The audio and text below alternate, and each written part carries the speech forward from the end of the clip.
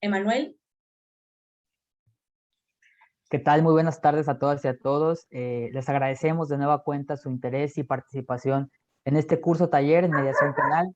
Mi nombre es Emanuel Contreras Mercado y junto con mi compañera Jennifer Guillén Santamaría estaremos a cargo de la coordinación de su curso taller. Nosotros somos quienes estaremos atendiendo sus dudas e inquietudes a lo largo de este programa. Mi compañera y un servidor estamos a cargo de este componente de mecanismos alternativos de solución de controversias, además de que somos miembros del Honorable Consejo del Club Universitario de Capacitación y Enseñanza del Derecho, por lo que me complace el día de hoy recibirlos, así que sean todos y cada uno de ustedes bienvenidos a este curso taller en mediación penal. Me gustaría añadir un punto importante, y es que antes de continuar con mi compañera Jennifer, es obligatorio que durante las plenarias y los talleres que se van a llevar a cabo, todos y cada uno de los participantes tengan su cámara encendida. Esto con el fin de que se tomará lista en varios puntos de la sesión, entonces es importante que se atienda esta indicación.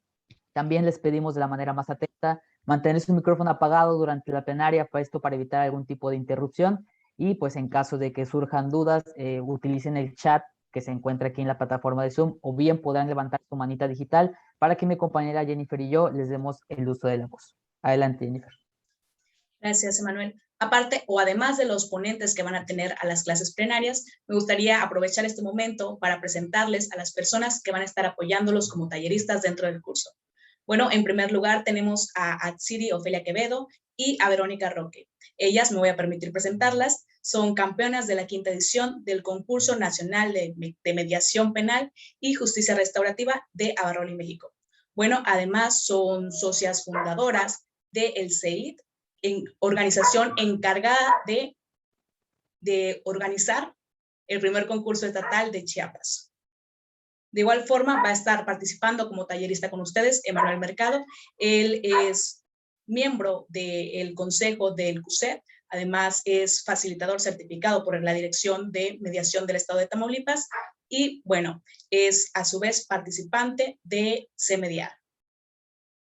Antes de, o bueno, ya habiendo hecho esta pequeña presentación de estas personas que nos van a hacer el favor de acompañarlos a lo largo de este taller, me gustaría darle la palabra a Rodolfo Arango. Él es el director del CUSET y, bueno, si nos haces el favor de dar un mensaje de bienvenida a los compañeros, Rodolfo, te lo agradeceríamos. Muchas gracias, Jennifer. Gracias, Emanuel. Bienvenidos y bienvenidas sean todos y cada uno de ustedes. Es para nosotros un placer poder aperturar estos espacios que, bueno, en este caso, pues no únicamente son para estudiantes universitarios de la Autónoma de Tamaulipas, sino que nos acompañan de otras universidades y de otras partes del país en este trabajo coordinado que se hace encaminándonos hacia nuestro primer concurso de mediación penal del estado de Tamaulipas. Es importante que nos podamos nutrir de todo el aprendizaje, de todo el compañerismo y de todo el conocimiento que cada uno de ustedes pueda aportar durante las actividades y realización de nuestro curso. Esta renovación que ha tenido el Club Universitario de Capacitación y Enseñanza del Derecho ha sido justamente para ello, para buscar abrir nuestras puertas y nuestros panoramas hacia más estudiantes, hacia más áreas del derecho y sobre todo buscar potenciar en nuestras capacitaciones a un nivel de excelencia y de vanguardia que son los requerimientos que actualmente nuestra sociedad y nuestro sistema lo requiere. Así que la más cordial de todas las bienvenidas y les deseo todo el éxito durante la realización de este curso. Muchas gracias. Muchísimas gracias, Rodolfo, por este mensaje de bienvenida. Y pues antes de dar inicio a la plenaria de la maestra Andrea Abigail Perales Rosas, me gustaría dar lectura a su semblanza curricular. Ella es licenciada en Derecho por la Universidad Autónoma de Tamaulipas, maestranda en Derecho y Procesos Orales por la misma institución, y es mediadora certificada por la Secretaría General de Gobierno y la Dirección de Mediación del Estado de Tamaulipas.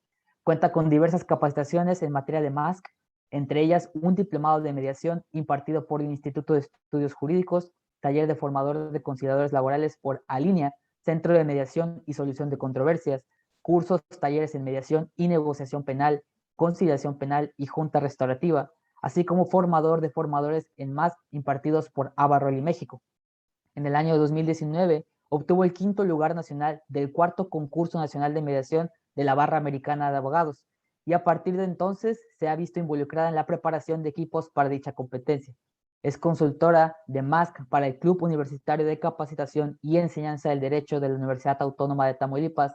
Ha sido conferencista para el colectivo transdisciplinario de Ciencias Sociales y es miembro fundador del Centro de Mediación, Diálogo y Restauración, por sus siglas CEMEDIAR.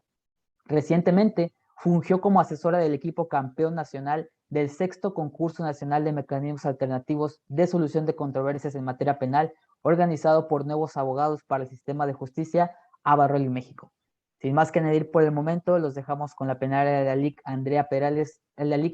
Andrea Abigail Perales Rosas, que nos impartirá el tema Discurso de Apertura. Maestra, el uso de la voz es todo suyo.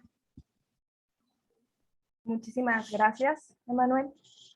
En este momento permito compartir la presentación del día de hoy. Ahí ya la pueden observar. Sí, maestra. Sí, ya se ve. Ya, muchas gracias. Bueno, como bien acaban de anunciar,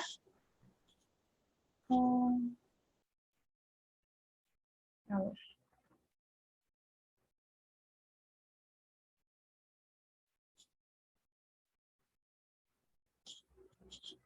El tema a ver el día de hoy, o con lo que iniciamos este curso, tiene que ver con la etapa de introducción, específicamente con el discurso de apertura que en un momento dado ustedes tendrán que preparar para perfilarse precisamente hacia el primer concurso de mediación penal del estado de Tamaulipas. Les traigo aquí un concepto de mediación, retomándolo un poquito de la sesión asincrónica que ya habían tenido, únicamente para sentar las bases para aquellas personas que tienen por primera vez ese acercamiento con la mediación.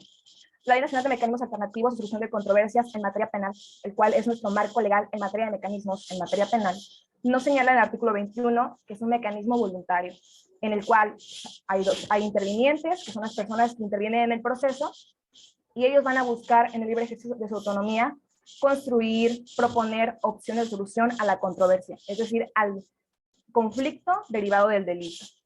Esto con la finalidad de poder alcanzar una solución que podría ser un acuerdo reparatorio o una suspensión condicional, como ya lo hemos abordado antes. Y bueno, durante esta sesión de mediación interviene una tercera persona, que es un tercero imparcial, neutral, llamado facilitador. Y es la persona que va a propiciar la comunicación entre las personas y el entendimiento mutuo para que ellos en un momento dado puedan llegar a un acuerdo que dé por finalizado el conflicto que los llevó ahí. Como saben, la mediación tiene etapas y precisamente nos estamos ubicando en la primera etapa, en la etapa de introducción, que hace referencia al discurso de apertura. Igual esto lo vamos a ver un poquito, ya no tan detenidamente porque ya se quedó en la sesión asincrónica, pero únicamente retomando que son 5 etapas, una etapa de introducción, una etapa de narración y exploración donde tenemos toda la información necesaria o para comprender el conflicto, una tercera etapa llamada clarificación de intereses, en donde les vamos a conocer a las personas cuáles son los intereses que hemos identificado a partir del conflicto que ellos nos han contado. Y esos intereses posteriormente se los damos a conocer y se empieza a generar una lluvia de ideas, que la llamada etapa de generación de opciones, donde si a las personas les acomoda, pues van a poder elegir si esas soluciones, esas opciones que ellos propusieron, pues resultan una solución a los intereses que hemos identificado. Y si es así, pues da lugar el cierre o el acuerdo. Si ellos quieren llegar a un acuerdo, pues el acuerdo. Y si es un cierre, en el caso de que ellos no quisieran llegar a un acuerdo, o bien en el caso de que la sesión tuviera que continuar otro día, pues para llegar a ese acuerdo. Les comentaba ya que la etapa de introducción tiene un objetivo muy claro y es generar confianza y brindarles a las personas la información necesaria para que ellos decidan participar de manera consciente dentro del mecanismo. Háblese de mediación, de conciliación, de junta restaurativa. En este caso, enfocándonos en la mediación. Aquí cabe hacer mención de 2 documentos esenciales dentro de esta etapa, referente al acuerdo de confidencialidad, que se relaciona con este principio, y la aceptación del servicio. Es decir, que una vez que ellos ya conocen toda la información del mecanismo que se va a emplear, ellos deciden participar. Entonces, pues, priman la aceptación del servicio. Cabe también destacar que estos puntos que debe contener mi discurso de apertura para la etapa de introducción los estamos tomando de la rúbrica que maneja el Concurso Nacional de Mecanismos Alternativos, organizado por Avarroli, México. Entonces, de ahí salen los puntos, son los puntos que ustedes deben cumplir, son los puntos de su rúbrica, y aquí están, lo vamos a ir desglosando poco a poco. Por ejemplo, presentación e introducción implica varios puntos que los vamos a ver poco a poco. Explicación del proceso también implica otros puntos, y así vamos a ir, digamos, partiendo de este método, de lo general a lo particular, para que ustedes vayan observando cómo se conforma su discurso de apertura. Entonces, en un momento vemos que son 6 puntos que hablan acerca de la presentación e introducción al proceso. Después pasamos a la explicación del proceso de mediación de una forma clara y comprensiva para las personas.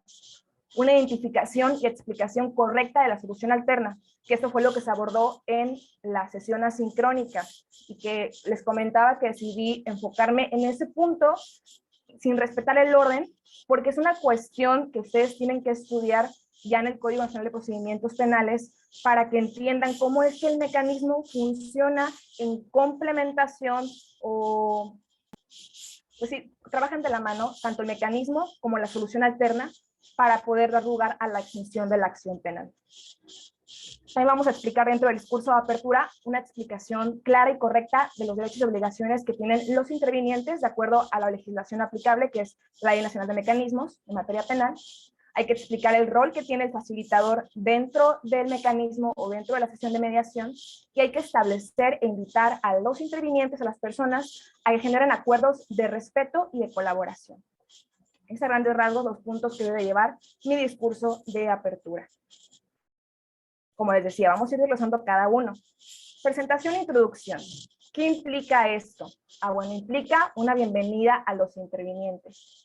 Tan fácil como que ustedes les digan: buenas tardes, buenos días, bienvenidos a esta sesión de mediación. Mi nombre es Andrea Abigail Perales Rosas y el día de hoy seré su facilitadora. Esa podría ser un ejemplo de una bienvenida. Ya le di la bienvenida, ya me presenté como facilitadora. En cuanto al punto 3, generar un ambiente de confianza. Bien comentaba el maestro Santiago Quirós, un maestro muy, pues digamos, con bastante experiencia dentro de la materia, que generar un ambiente de confianza no implica únicamente que yo le diga: soy mediadora certificada, tengo 5, 7, 8 años de experiencia. No, no se trata de eso. Los años de experiencia que yo le diga que tengo no precisamente generan confianza. Lo que generan confianza es mi lenguaje corporal y mi lenguaje verbal. La forma en que yo me presento ante las personas, el tono de mi voz, la seguridad con la que digo mi discurso, por ejemplo, o la forma en la que yo me estoy conduciendo dentro de la sesión. Entonces, ténganlo muy en cuenta, porque es un aspecto que también se califica en rúbrica, que tiene que ver con esto de generar un ambiente de confianza. Y en el punto 4, dentro de la presentación e introducción, hay que explicar cómo es, o mejor dicho, quién derivó el asunto el día de hoy aquí. O sea, ¿quién derivó? ¿Qué autoridad, háblese de juez de control o Ministerio Público, derivó el asunto a el Centro de Mecanismos de la Fiscalía en este caso? Y yo por eso les explicaba, dependiendo del momento procesal en el cual nos encontremos, se tratará del Ministerio Público o del juez de control, y lo explicamos a través del siguiente esquema. Entonces aquí abrimos un paréntesis para identificar juez de control o Ministerio Público. Y ya lo veíamos en la sesión asincrónica, pero lo volvemos a retomar por si alguien se quedó con alguna duda o simplemente para refrescar los conocimientos. Recuerden que le corresponderá al Ministerio Público derivar el asunto cuando estemos en la etapa de investigación. Investigación inicial, ¿sí? Porque el proceso penal se divide en investigación, que a su vez se subdivide en investigación inicial e investigación complementaria. Después viene la etapa intermedia y la etapa de juicio. Entonces, le corresponde derivar el asunto al Ministerio Público tratándose de la investigación inicial. Es decir, desde el momento en que la persona llega a la fiscalía y levanta una denuncia, como se dice, desde el momento de la noticia criminal, el Ministerio Público atendiendo a las circunstancias de los hechos que la persona le está narrando, puede orientarla para que opte por acudir al Centro de Mecanismos de la Fiscalía y considera la posibilidad de llegar a un acuerdo reparatorio en el cual, o la sesión en la cual se va a sentar con la otra persona, van a dialogar con la ayuda del facilitador y en un momento dado podrán llegar a ese acuerdo. Ahí le corresponde al Ministerio Público, ¿ok? Le va a corresponder al juez de control ya en la etapa de investigación complementaria. Cuando la persona ya es presentada frente al juez de control para la formulación de imputación. Cuando a la persona se le dan a conocer los hechos por los cuales se le están investigando, ¿no? Y quién lo está señalando, quién lo denuncia, a grandes rasgos. Entonces, Ministerio Público, etapa de investigación inicial, cuando se trata de la noticia criminal. Investigación, juez de control, mejor dicho, en la etapa de investigación complementaria. Ya cuando estamos frente al juez de control, ya se va a llevar a cabo la audiencia inicial. Por ahí veo el chat, no sé si alguien tenga alguna pregunta. Ah, no. Es Ángel Romero avisándonos que no puede prender la cámara. No te preocupes. Entonces, en esta parte de su discurso de apertura, ustedes tienen que explicarles eso. Les van a dar una hojita con información, una síntesis del asunto que les están remitiendo a ustedes. Y ahí van a ver el delito y van a ver quién deriva. Entonces, cuando ustedes hagan su discurso de apertura, tienen que señalar. Entendemos que ustedes se encuentran aquí por el delito de lesiones. Y este asunto nos lo ha derivado el Ministerio Público para efectos de que ustedes puedan alcanzar o ver la posibilidad de llegar a un acuerdo reparatorio. Esa sería la introducción al proceso. ¿Ok? ¿Tienen dudas hasta este momento? Se recomienda ser neutro o simpático. Mira, eso lo van a abordar más adelante, ya cuando van la parte de las herramientas y todo eso, pero te puedo responder que definitivamente siempre nos han dicho, un facilitador tiene que ser empático y no simpático. Es mucha diferencia, ¿no? Entre mostrarme empático, mostrarme como una persona con esta apertura para escuchar a los demás, a mostrarme como una persona que, hey, ¿qué onda? ¿Cómo estás? ¿No? Hey, ¿qué onda? Siéntense, ¿vamos a llegar a un acuerdo reparatorio el día de hoy? Pues no, ¿verdad? Es muy distinto. Y sobre todo en materia penal, que se le debe dar la seriedad debida a cada asunto que llega al centro de mecanismos. Entonces, Gamer, respondiendo a tu pregunta, es ser empáticos, nunca simpáticos. Y toda la información que recibamos ya dentro de la sesión de mediación, propiamente en la etapa de introducción, siempre se devuelve de una forma neutral, sin tomar partido, sin inclinarnos por nadie. Siempre es manteniendo esa postura como pues, imparcial. ¿Ok?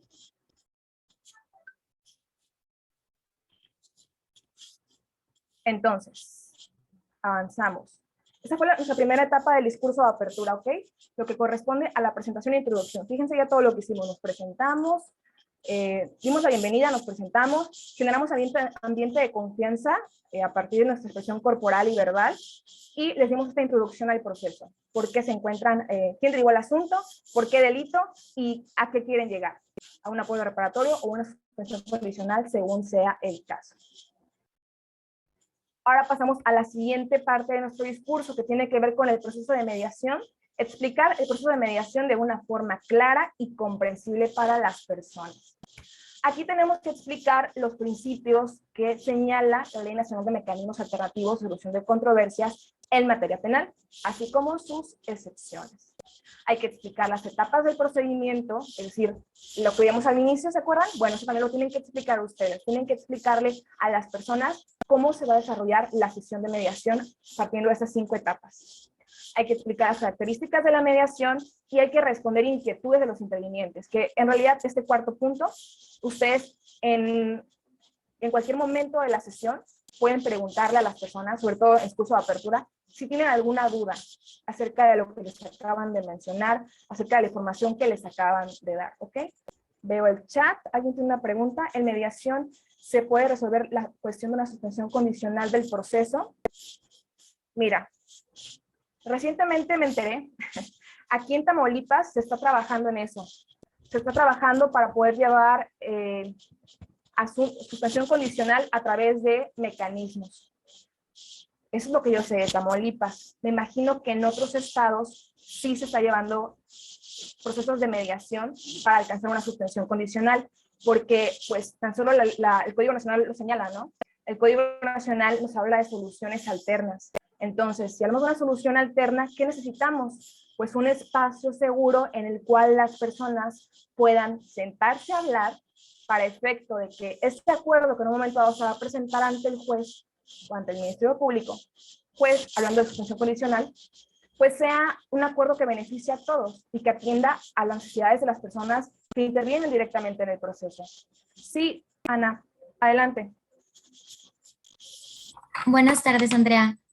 Buenas tardes. Lo que pasa es que yo entiendo, ¿no?, que la naturaleza de un acuerdo reparatorio y una suspensión condicional del proceso, aunque es muy similar, son distintas. Entonces, me causa ruido el hecho de que una suspensión condicional se pueda resolver en una mediación, porque digo yo, entonces, la figura del juez, ¿qué haría? ¿O cómo fungiría? Porque, bueno, en la suspensión condicional, lo que yo entiendo, el juez puede imponer las condiciones, las que él crea que sean las más adecuadas, y eso no violenta entonces el principio de voluntariedad que marca la mediación. Bueno, ese es como que mi comentario. No sé si es pregunta o comentario. No, está bien. Pues mira, la suspensión condicional, ¿qué es? Una propuesta que hace el imputado, el Ministerio Público, para suspender el proceso. Se puede hacer de una forma, se puede hacer dentro de la mediación, llegar a ese acuerdo y formalizar ese acuerdo al que se haya llegado respecto a el plan de reparación integral y respecto a las condiciones a las cuales se va a sujetar la persona. El juez lo que hace, lo que en un momento dado, no se vulnera ningún principio, porque el juez no interviene directamente en la mediación y nada que le parezca, sino que una vez que se va a formalizar este acuerdo que las personas llegaron, el juez se va a asegurar de que estén tutelando los derechos de la víctima. Es igual que en el acuerdo reparatorio. Si un acuerdo reparatorio está desbalanceado, está desequilibrado, el juez no lo va a aprobar, lo va a regresar al centro de mecanismo y van a tener que volver a hacerlo, ¿me explico? Entonces, funciona de una manera similar. No es que el juez imponga pues lo que él quiera, ¿no? Sino que él únicamente va a estar velando por los derechos de la víctima. ¿Sí, Anita? Porque la conozco, ¿verdad? No crean que le digo Anita de confianzuda. Bueno, ¿alguien tiene algún otro comentario que hacer?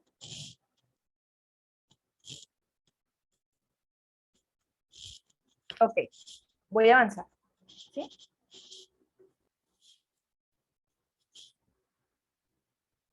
Aquí tenemos los principios de los mecanismos, o sea, que rigen no nada más en mediación, sino los mecanismos en general en materia penal. Se habla del principio de voluntariedad. Aquí es explicarles a las personas que ellos tuvieron que haber venido a la sesión por decisión propia. E incluso les preguntamos, nos gustaría preguntarles, les decimos, ¿verdad?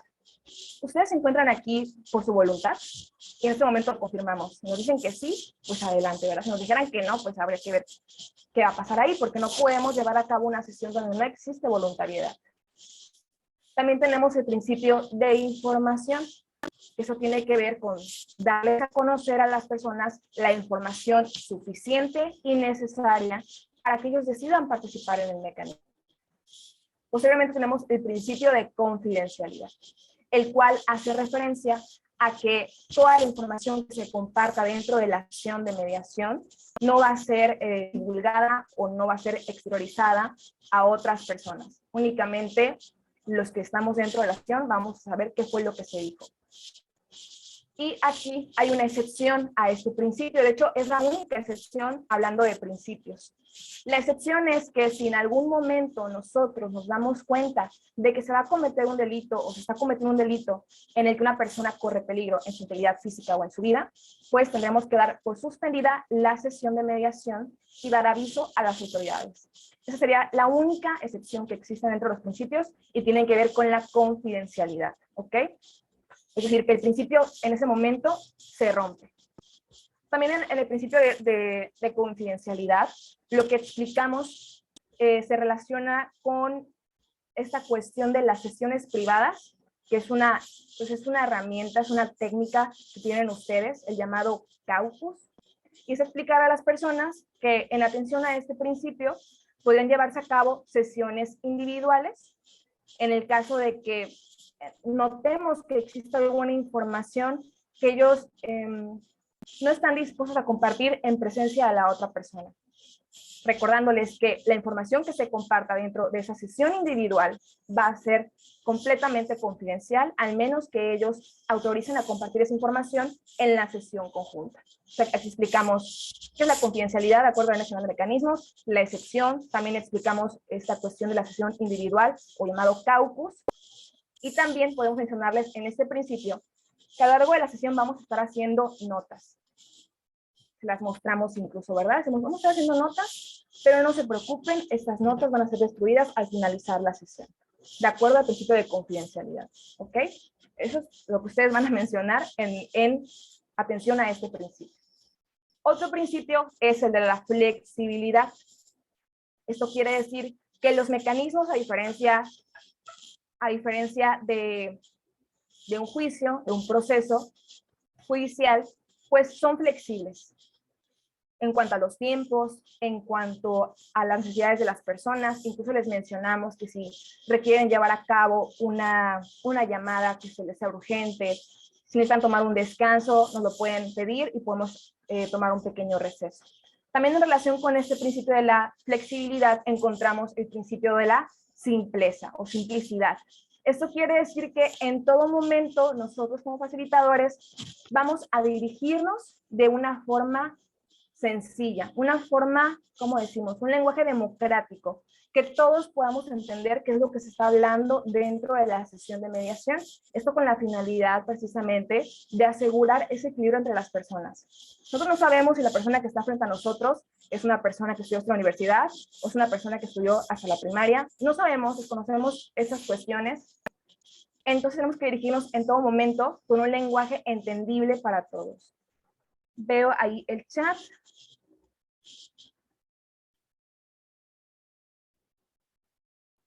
Ana Cecilia, ¿me puedes dar un ejemplo de la excepción de la confidencialidad? Gracias. Sí, sí te puedo dar un ejemplo. Vamos a pensar que, bueno, pues hay que pensar de verdad. O sea, no es como que tenga el ejemplo aquí a la mano, pero supongamos que dentro de la narración las personas están hablando de qué fue lo que pasó y alguna de ellas menciona que, ¿qué podría ser? No sé, chicos que están aquí como talleristas y como apoyo. ¿Tienen algún ejemplo a la mano? Disculpa. Mande. Pudiera ser ¿Sí? Que hablen, digamos, de otra cuestión del delito que no han testimoniado, no han dado testimonio y que que uno lo descubra, digamos, o lo identifique y que es algún dato, digamos, delicado o más de lo que creíamos, ¿no? Que involucra ya el delito de otra forma o que tal vez lo tipifique de otra forma, no sé, me puedo imaginar. Sí, claro. De hecho, en ese momento se rompe la confidencialidad. Lo que yo quería dar es como un ejemplo muy concreto. No sé qué podría ser. Si gustas, adelante, perdón. Adelante. Bueno, buenas tardes. Igual y para poner sobre la mesa, como comentas, Andrea, este ejemplo, recuerdo que el maestro Guillermo Mendoza nos platicaba sobre esta clase en la cual se estaba llevando a cabo una sesión y durante una plática privada, estos caucus una de las personas le comenta, digo, no fue tal cual así el ejemplo, pero para aterrizarlo, podemos aterrizarlo como que marido y mujer y hay un robo. O es la razón o el delito por el cual están ahí. Ahora, ¿qué ocurre? Que yo tengo sesiones privadas con estas personas y me entero o la mujer me comenta que el señor la amenazó y le comentó que o llegaban a un acuerdo por ese delito o él, cuando llegaran a su casa más tarde, la iba a golpear o le iba a hacer daño a alguno de sus hijos. En ese caso, me parece que se podría abordar este caso o esta excepción a la confidencialidad que nos comenta la maestra Andrea. Gracias, Jennifer. Sí, perfecto. De hecho, me quería acordar de ese ejemplo, nos lo dio el licenciado Guillermo, ¿verdad? Ok, ¿alguien quiere hacer algún comentario respecto a ese tema? ¿Algún otro ejemplo que se le ocurra?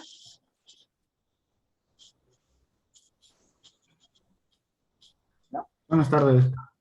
Buenas tardes. Pero ahí, como en ese ejemplo, está dando un comentario de que aún no hace ese tipo de violencia hacia su familia, en que haya golpeado a su esposa o a sus hijos o los ha maltratado. Entonces, podría aplicar antes de que suceda algo así o después de que ha sucedido, por ejemplo, como que se da cuenta de que pasó un homicidio y ya pues el delito está hecho. Entonces, puede ser antes o después. Pues el principio es claro en cuanto a que se vaya a cometer o se esté cometiendo un delito en el cual una persona corra peligro en su integridad física o en su vida. Entonces, pues aquí es una buena pregunta la que nos haces. La teniendo al principio sería que se esté cometiendo o se vaya a cometer, no que se haya cometido. Entonces, ahí habría que ver, ¿no? Es una muy buena pregunta la que nos haces. Ok, voy a continuar. Ahí estamos en el mundo de las ideas, porque es una cuestión interesante la que nos plantea el compañero. Otro principio que vamos a abordar dentro de los mecanismos tiene que ver, o es el principio de imparcialidad, lo cual se refiere en que en ningún momento nos vamos a inclinar por ninguna de las personas. No vamos a tomar partido, no vamos a emitir opiniones o juicios que pongan a alguno de ellos en desventaja. Así también tenemos el principio de la honestidad, que la Ley Nacional de Mecanismos, sinceramente, no me gusta tanto como lo menciona, porque nos señala que el mecanismo se va a dirigir con apego a la verdad. Y el comentario aquí siempre es que dentro de un mecanismo, dentro de una mediación, no queremos llegar a la verdad. No estamos en un juicio para buscar llegar a la verdad histórica de los hechos.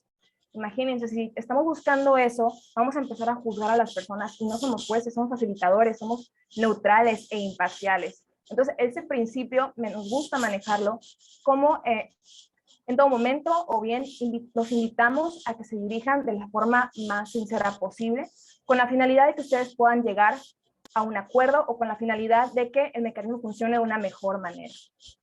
Ahí también se los dejo a su criterio. La Ley Nacional de Mecanismos señala con apego a la verdad, pero soy del criterio que no estamos buscando la verdad de los hechos, sino pues estarían en un juicio y no en una sesión de mediación. Y finalmente tenemos el principio de equidad, que quiere decir, como se muestra en la imagen, que vamos a mantener ese equilibrio entre las personas en todo momento. Y me gusta relacionarlo con el punto de si en algún momento llegan a un acuerdo, yo como facilitadora me voy a asegurar de que ese acuerdo beneficie a ambos y satisfaga sus necesidades. O sea, voy a cuidar ese equilibrio entre ustedes en todo momento. ¿Ok? Ahí les dejo en la parrillita de abajo el artículo de la Ley Nacional de Mecanismos, el artículo 4. Y ahí está también la parte de abajo como un método mnemotécnico, es decir, que ustedes a partir de las siglas o a partir de las letras iniciales de los principios traten de formar una palabra. Igual esa palabra no es como muy pronunciable, boinco, plain, eo, pero ustedes pueden hacer su propia propuesta para efectos de que lo recuerden y pues nunca se les olvide, ¿verdad? Incluso cuando me tocaba hacer sesiones, yo notaba en mi hojita que tenía para estar checando, a ver si no se pasaba algún punto, yo anotaba esa palabra y conforme los iba mencionando, los iba palomeando para efecto de no revolverme y saber que ya lo había dicho. Entonces, nada, eso es como una sugerencia, un tip, un consejo. Tómenlo, déjenlo, como ustedes quieran. Bueno, dentro de esa segunda parte del discurso también recuerden que vamos a explicar las etapas del proceso de mediación. Las personas tienen que saber cómo se va a desarrollar la sesión. De hecho, a una personita por ahí me comentaba, pero es que si las personas saben cómo se va a desarrollar la sesión, pues a lo mejor como que no les va a dar confianza o van a decidir no participar. La persona veía como más puntos negativos de darles a conocer las etapas de la mediación. Y yo le comentaba, imagínate que estás en un bosque y que en ese bosque te vendan los ojos y te dicen, a ver, no te pierdas, camínale y no te pierdas. ¿Se imaginan? Entonces, ¿qué vas a preferir? ¿Ir en el bosque con los ojos tapados o ir en el bosque con los ojos destapados y saber hacia dónde te diriges? Pues una cosa similar pasa en una sesión de mediación.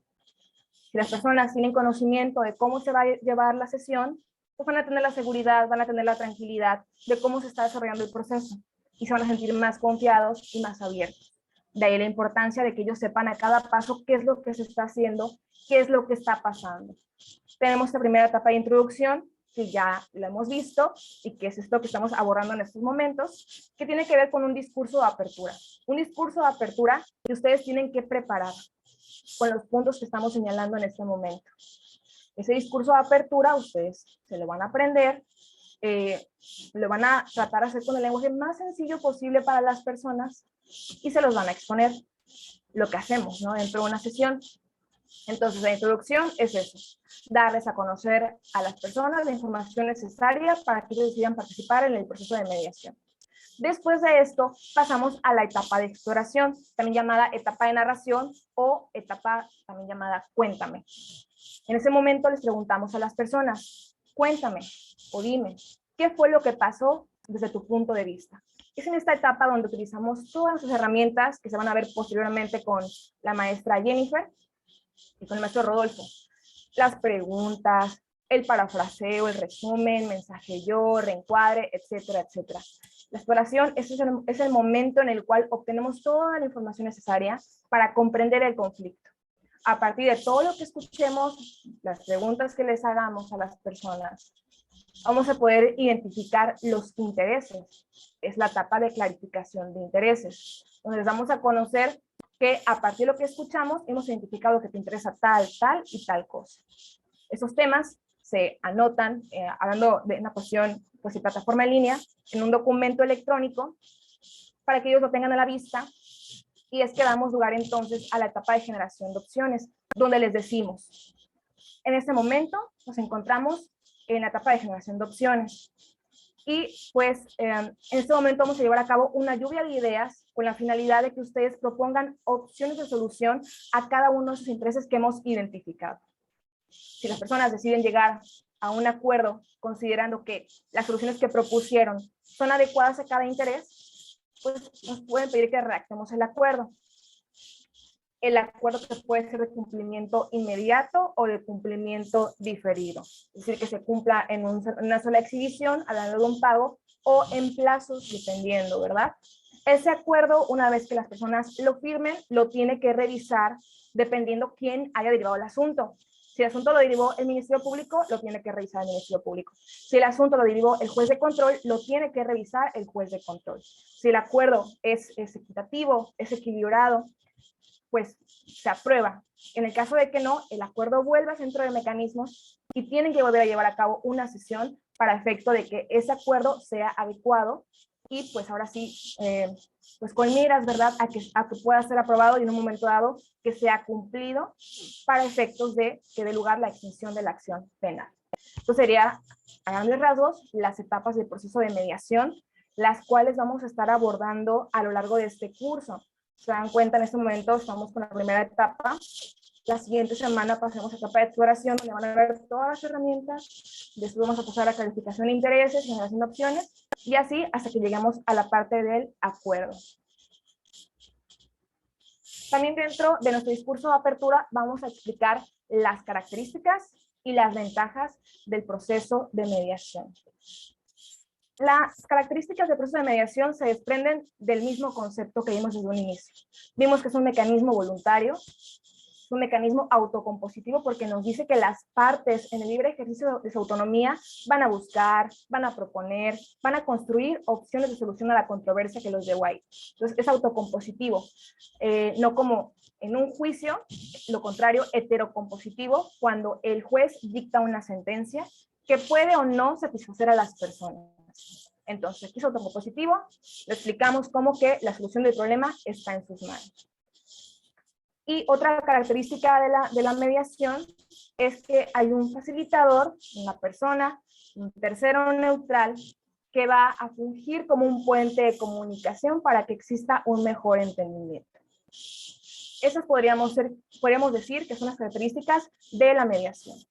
En cuanto a las ventajas, también consideramos que la característica de autocompositivo también es una ventaja, porque ya les comentaba, las personas pueden proponer opciones de solución que se adecúen a sus necesidades, a diferencia de que si un juez impone una sentencia que puede que pues, no se adecue y que puede que no satisfaga a las partes en ningún sentido.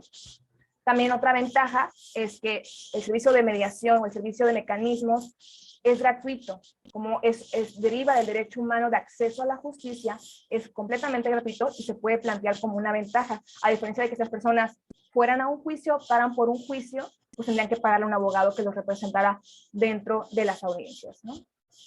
Y otra ventaja que encontramos dentro de la mediación es que se evita un desgaste emocional, porque dentro de una sesión de mediación, como ustedes ya verán más adelante, dentro de las sesiones, las personas tienen la oportunidad de expresarse, tienen la oportunidad de ser escuchadas e incluso validadas en sus emociones y en sus verdaderas preocupaciones, cosa que no va a suceder en un juicio, ¿verdad?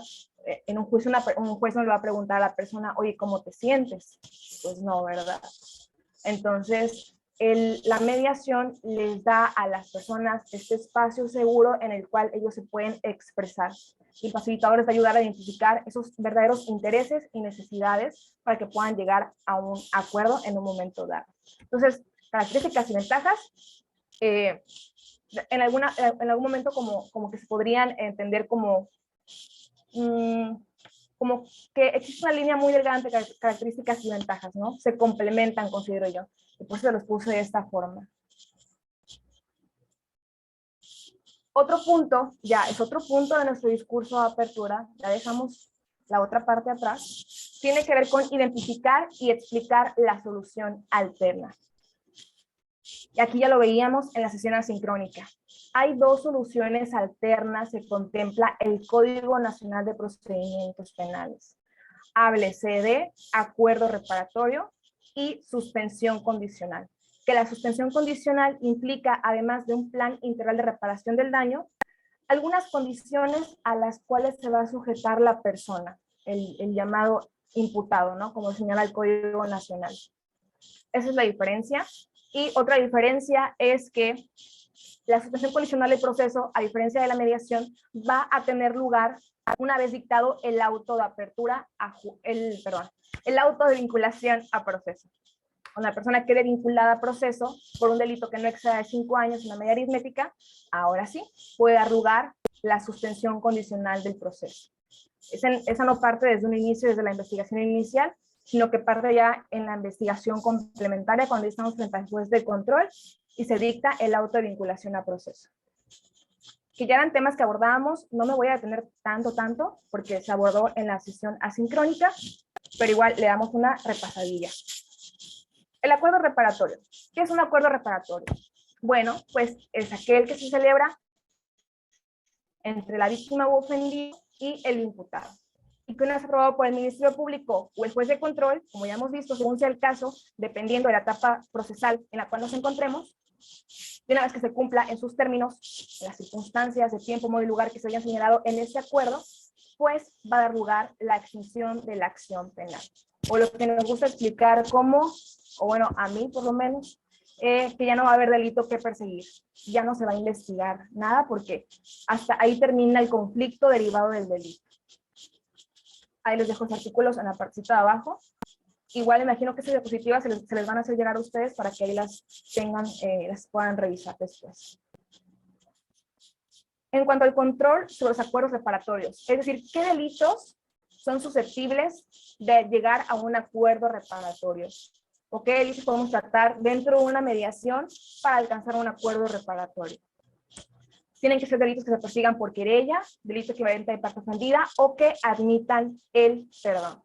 Delitos culposos, incluso aquí cabe la posibilidad de hablar de un homicidio culposo o cualquier otro delito que se presente como en su forma culposa. Y delitos patrimoniales cometidos sin violencia sobre las personas, puede hablarse de un fraude, puede hablarse de un robo cometido sin violencia, un robo simple, etcétera, ¿no? Entonces, si el delito, digamos, que está cubierto por alguna de estas características, va a poder ser susceptible de ser mediable para llegar a un acuerdo reparatorio, ¿ok? Aquí cabe destacar, conforme el comentario que les acabo de hacer, que no es que tenga que cubrir con esos 3 requisitos, no. O sea, con que cubra uno, con que sea culposo, o con que sea patrimonial cometido sin violencia, o que sea un delito que se persigue por querella, bueno, ya desde ese momento ya es susceptible de poder ser mediable. ¿Ok? ¿Desde cuándo procede? Lo que ya les he comentado, lo que vimos ahorita en el esquema desde un inicio. Desde la denuncia querella, háblese de que se recibe la noticia criminal en la etapa de investigación inicial hasta antes de decretarse el auto de apertura a juicio oral. O sea, antes de brincar a la etapa de juicio oral, la última etapa de proceso penal, antes de eso, las partes en cualquier momento, como lo señala aquí, el juez de control puede suspender el proceso hasta por 30 días para que ellos acudan al centro de mecanismos de la Fiscalía y se sienten a hablar, a dialogar, con la posibilidad de poder llegar a un acuerdo reparatorio. ¿Ok? Por ahí veo.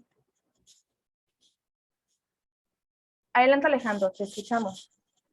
Buenas tardes. ¿Podría dar algún ejemplo de un acuerdo reparatorio, pero cuando se comete algún homicidio culposo, a qué acuerdo podrían llegar a las dos partes? Mira, un acuerdo reparatorio, ¿qué implica? Implica la reparación del daño ocasionada por el delito. Entonces, hablando de un homicidio culposo, habría que checar esta cuestión, ¿a cuánto asciende la cantidad, digamos, por decirlo en un sentido muy coloquial, por la muerte de una persona? ¿Ok? Eso se saca con una cuantificación atendiendo a la Ley Federal de Trabajo.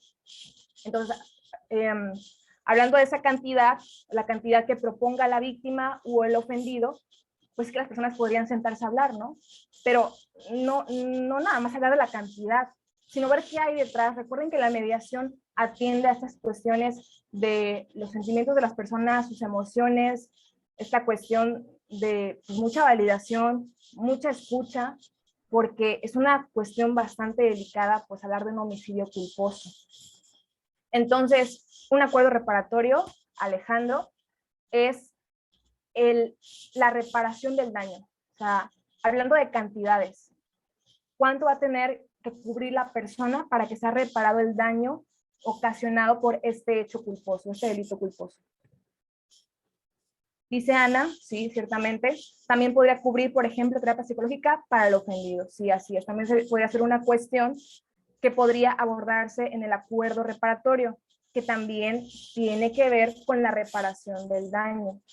Porque recuerden que la persona, si bien no le van a regresar a su familiar, la persona tiene que verse restituida de alguna forma por el delito que se le ha ocasionado o el daño que se le ha ocasionado a esa persona.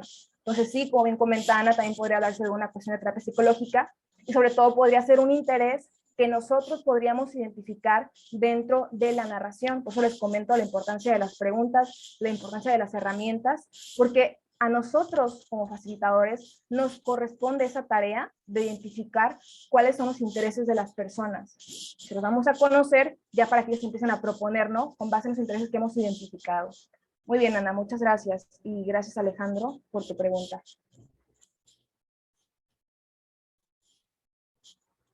Oportunidad, que es un poquito ahondar en lo que ya les he estado comentando. El Ministerio Público o el juez de control puede invitar a las partes a que suscriban un acuerdo reparatorio. Es que se puede hacer de cumplimiento inmediato o de cumplimiento diferido. el plazo para el cumplimiento de las obligaciones señaladas en el acuerdo va a suspender el trámite del proceso y la prescripción de la acción penal. Es decir, que en tanto el acuerdo se esté cumpliendo, el proceso penal se encuentra suspendido, no avanza en ningún sentido hasta que el acuerdo se cumpla o se incumpla, ¿no? Y lo que les comentaba es un acuerdo de cumplimiento diferido, es decir, que se den plazos. En el caso de que no se señale cuáles van a ser los plazos o hasta qué tiempo se va a extender, bueno, se va a entender que va a ser por un año. De un acuerdo de cumplimiento diferido puede hablarse hasta de 3 años, ¿ok? Son 3 años, ellos pueden hablar de 3 años, plazos, ¿no? Para llevar a cabo pagos o llevar a cabo una obligación. En caso de que no se señale, se entiende que es por un año.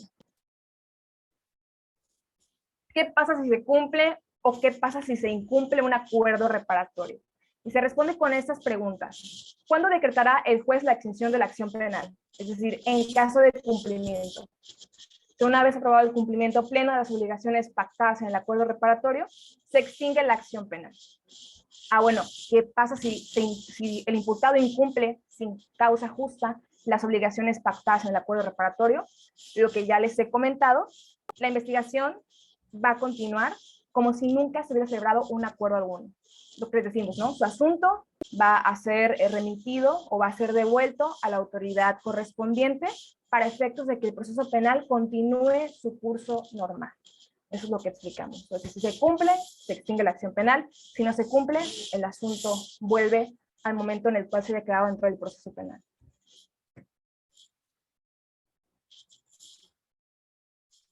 Esto es algo que ya les he comentado.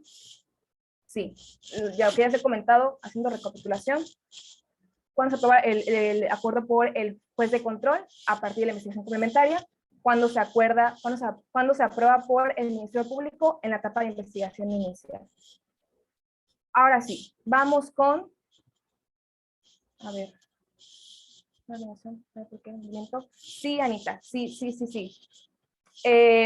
Ana nos pregunta que si existe la posibilidad de regresar a una remediación para hablar del porqué del incumplimiento. Así es. Y Ana pregunta porque Ana lo sabe y porque quiere que yo se los comparta. Si se dan cuenta, en ese segundo cuadrito que nos habla de qué pasa si el imputado incumple sin causa justa las obligaciones pactadas, vemos esta palabra de sin causa justa, sin justificación.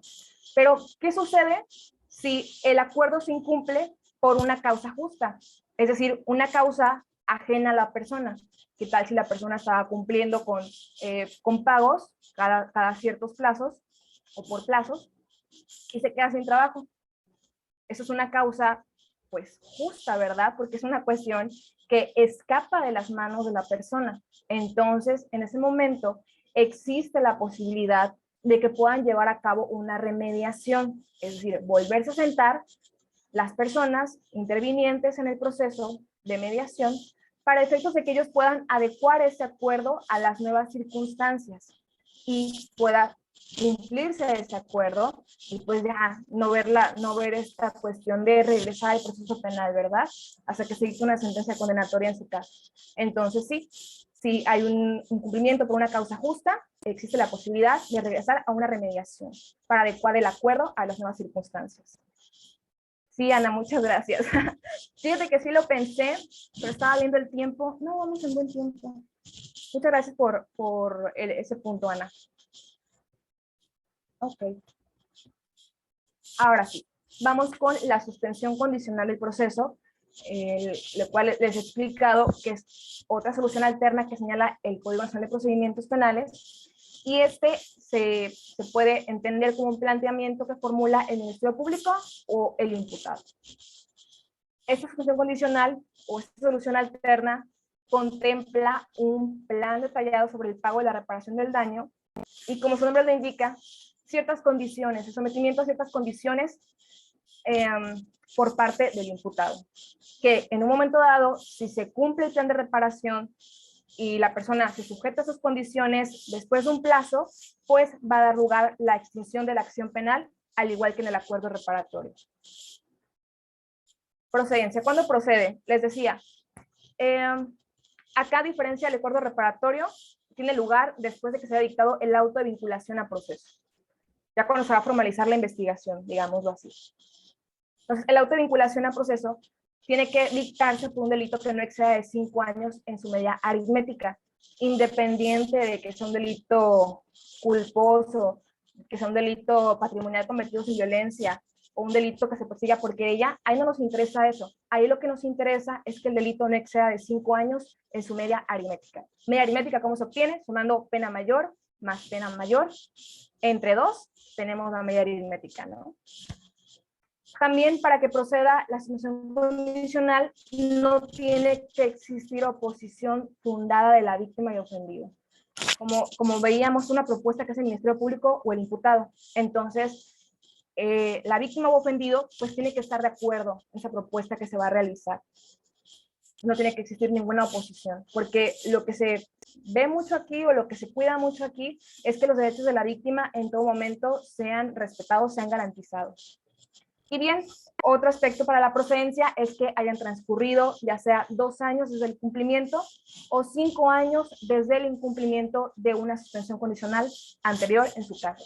Unas cuestiones que tendríamos que revisar para efectos de ver la posibilidad de que un conflicto derivado de un delito pueda ser mediado para efectos de poder alcanzar una suspensión condicional y en un momento dado que dé lugar la extinción de la acción penal. Lo que ya les he comentado va desde el dictado del auto de vinculación a proceso hasta antes de acordarse la apertura a juicio.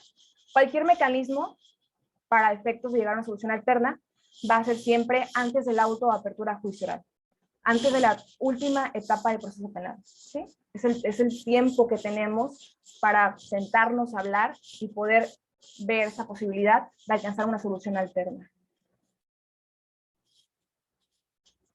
En cuanto al plan de reparación integral, del cual nos habla la suspensión condicional, bueno, dice, en la audiencia en donde se resuelva sobre la solicitud de la suspensión condicional, el imputado deberá plantear un plan de reparación del daño causado por el delito y plazos para cumplirlo. Entonces, si se dan cuenta, si bien se habla de una audiencia, pues existe la posibilidad de que las personas, previo a esa audiencia, acudan al centro de mecanismos, a una sesión de mediación, para establecer cómo podría repararse el daño y cuáles podrían ser esas condiciones. Esa propuesta en un momento dado, ahora sí, ya que se ha hablado con la víctima o el ofendido, el imputado puede proponer en la audiencia eso que se haya hablado, que tiene que ver con la reparación del daño y las condiciones a las cuales se va a someter. Y ya le corresponderá al juez, pues, decidir si procede o no la suspensión condicional del proceso.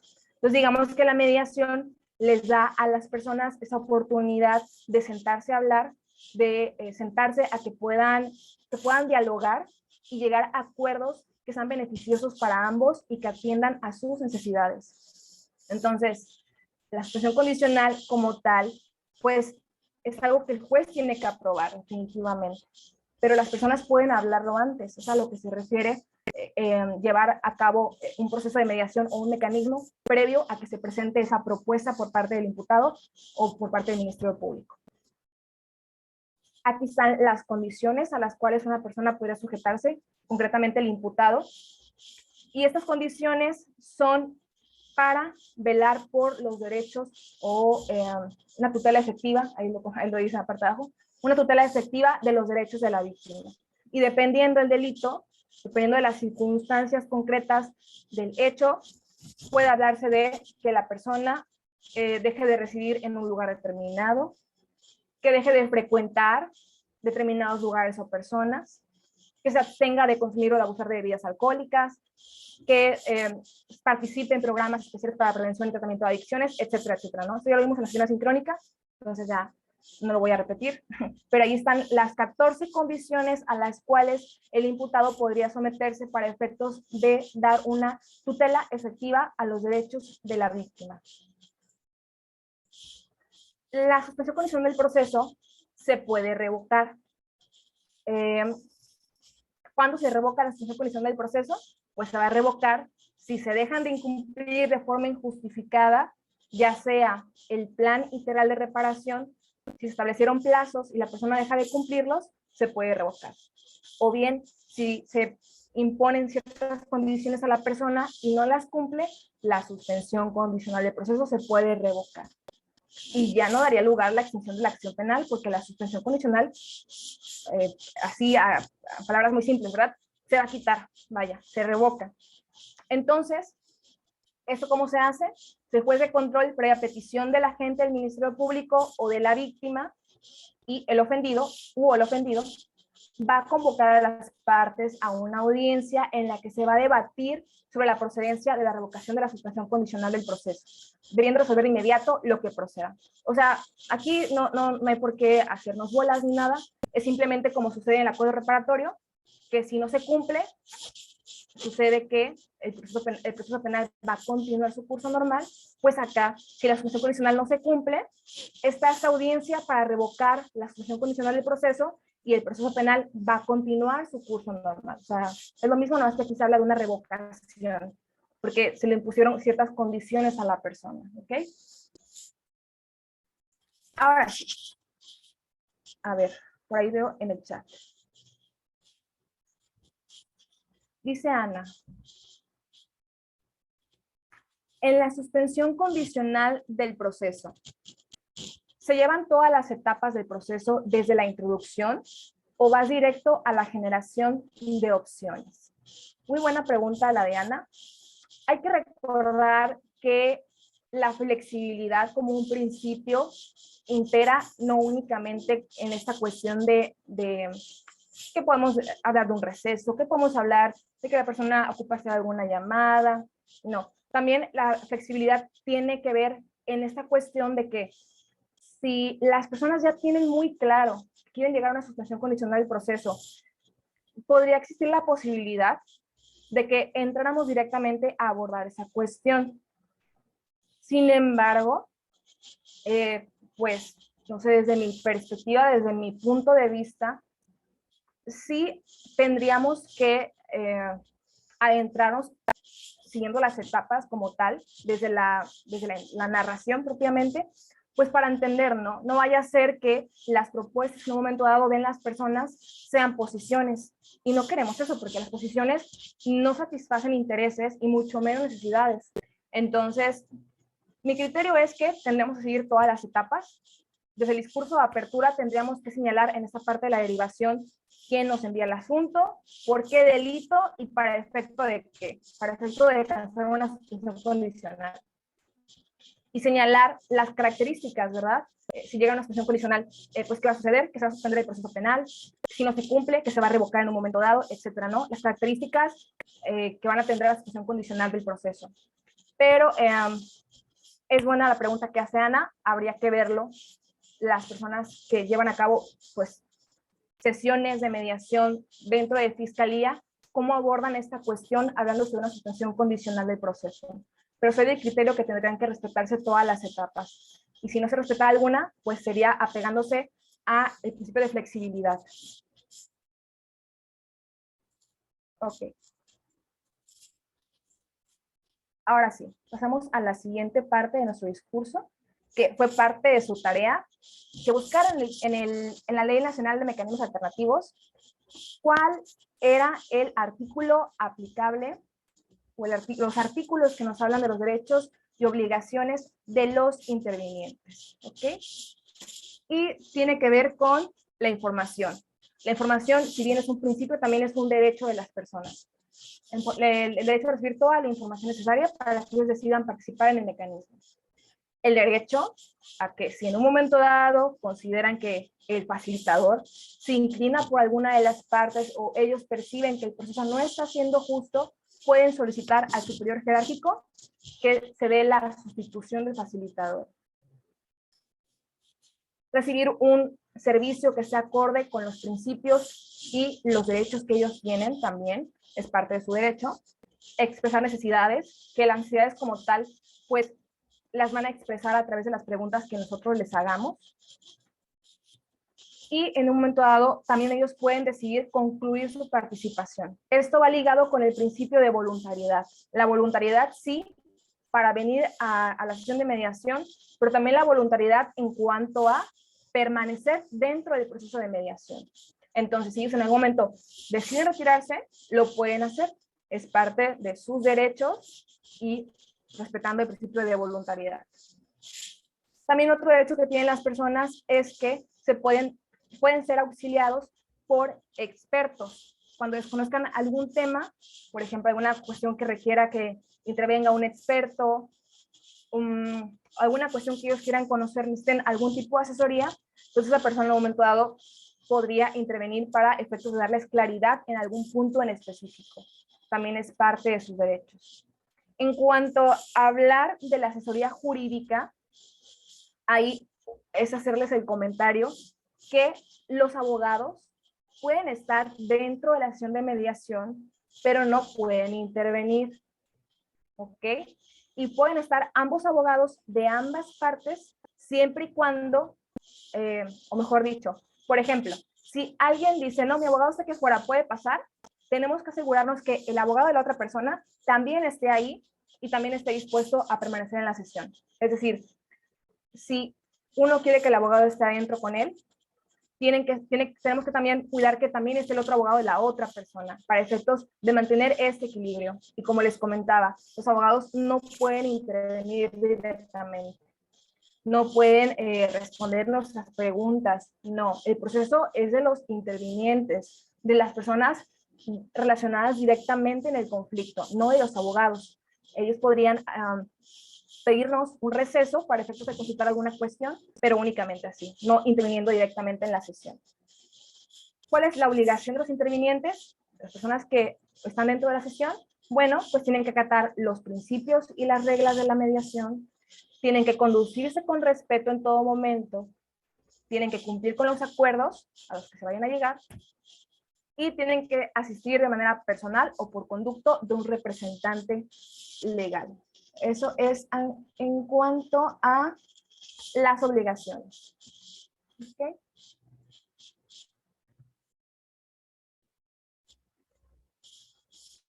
¿Qué más abordamos dentro?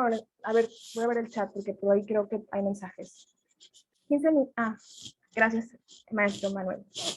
¿Por quién son determinados los auxiliares o expertos? Pues ahí considero que tendría que ser por las partes. Si alguna persona requiere que alguien experto intervenga para ver alguna cuestión, pues puede solicitar que esa persona intervenga dentro de la sesión de mediación a efectos de darle claridad a algún punto sobre el cual se quiera llegar a un acuerdo. ¿Y alguna otra pregunta? No, nada más. Ok.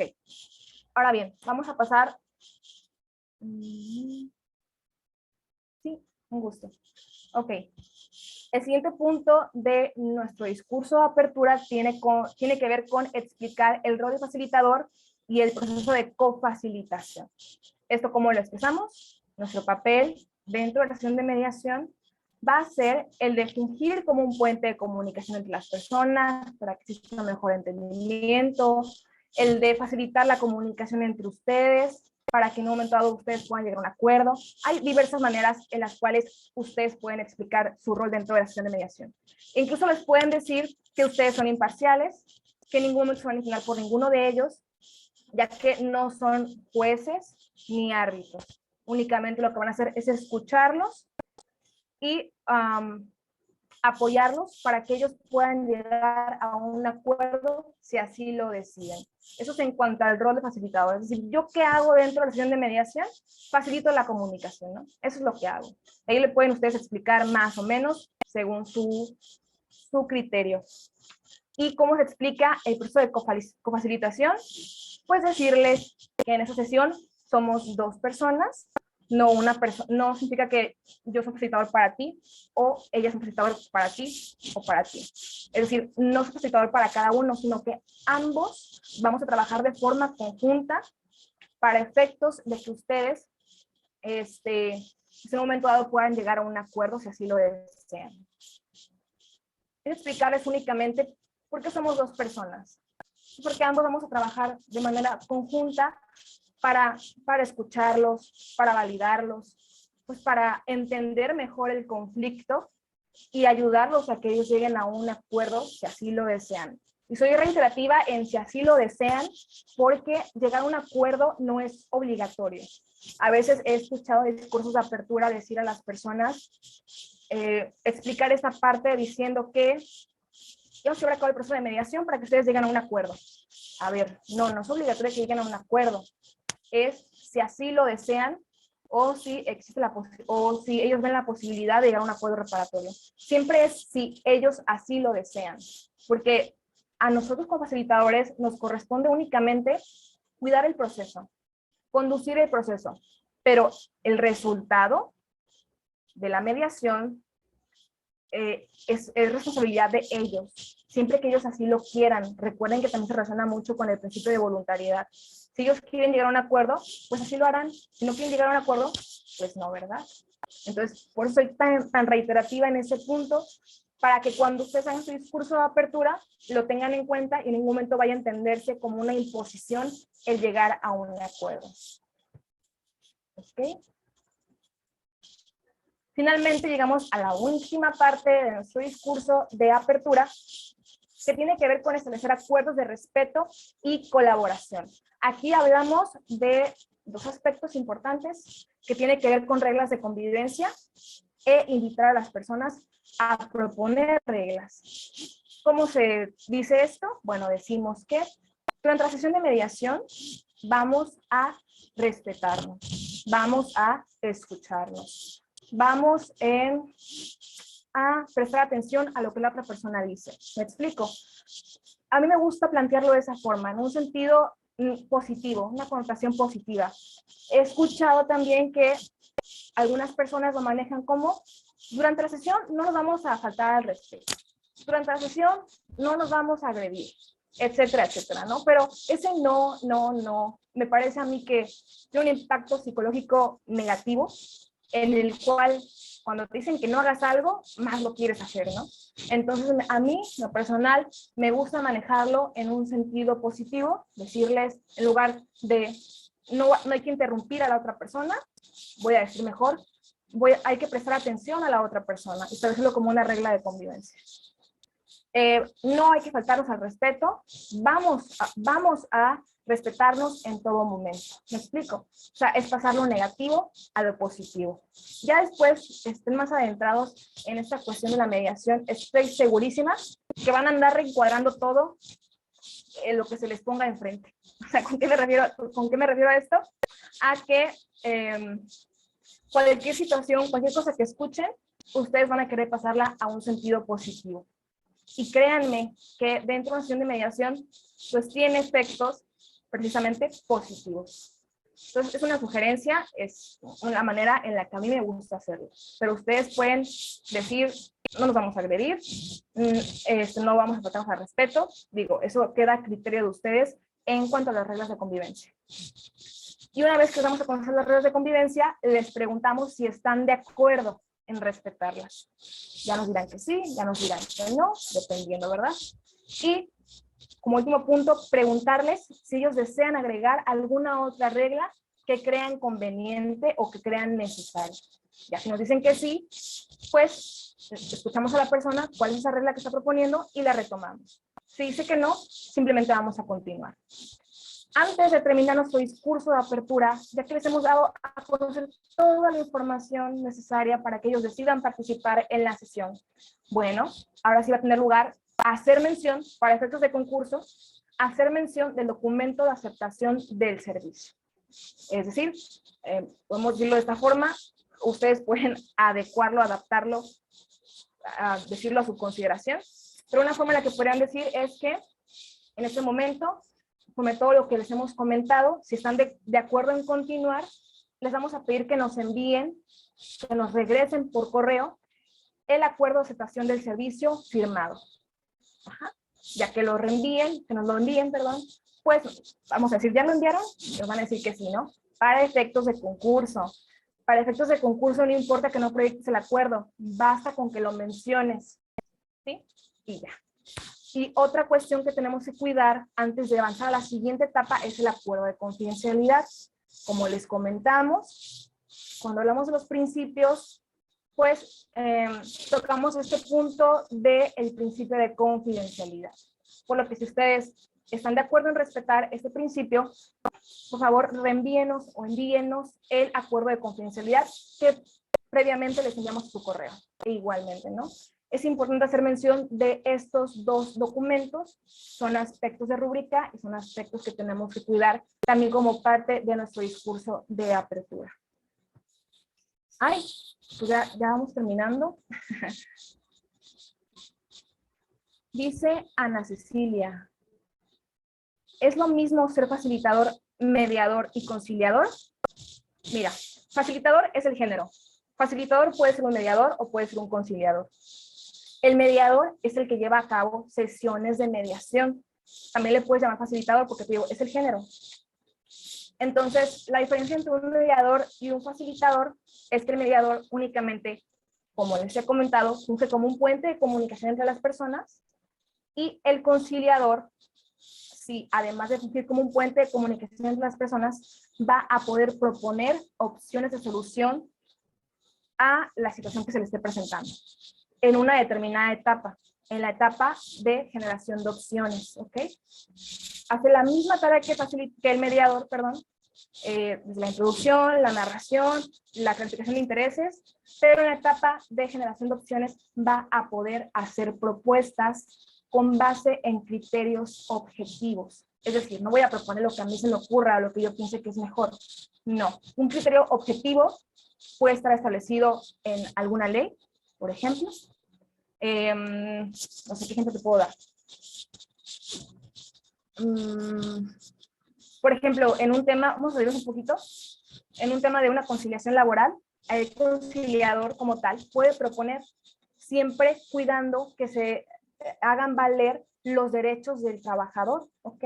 Hay prestaciones irrenunciables del trabajador, entonces el facilitador puede hacer una propuesta, el conciliador puede hacer una propuesta con base en eso, en las prestaciones que son irrenunciables para el trabajador. En materia penal, por ejemplo, hablando de un delito, daño en propiedad, un delito patrimonial, podría ser que una propuesta sea que, ya ven que existe este libro azul, un libro donde están plasmados los precios de los automóviles, es un aproximado de cuánto vale un automóvil. Entonces, si hablamos de un delito patrimonial, daño en propiedad, concretamente refiriéndose a una cuestión de tránsito, pues un conciliador podría recurrir a este libro azul, para dar una propuesta a las personas. Un criterio objetivo es algo que está establecido en algún documento, en alguna ley. Es un criterio real y objetivo, como lo dice su nombre. Entonces, el conciliador hace eso, hace propuestas en un momento dado dentro de la sesión de conciliación. Entonces, la diferencia es que el mediador hace mediaciones y el conciliador hace conciliaciones, y eso implica que puede proponer, ¿ok? Y el facilitador, como te comento, es el género. Y ya para finalizar, porque me queda un minuto, me despido.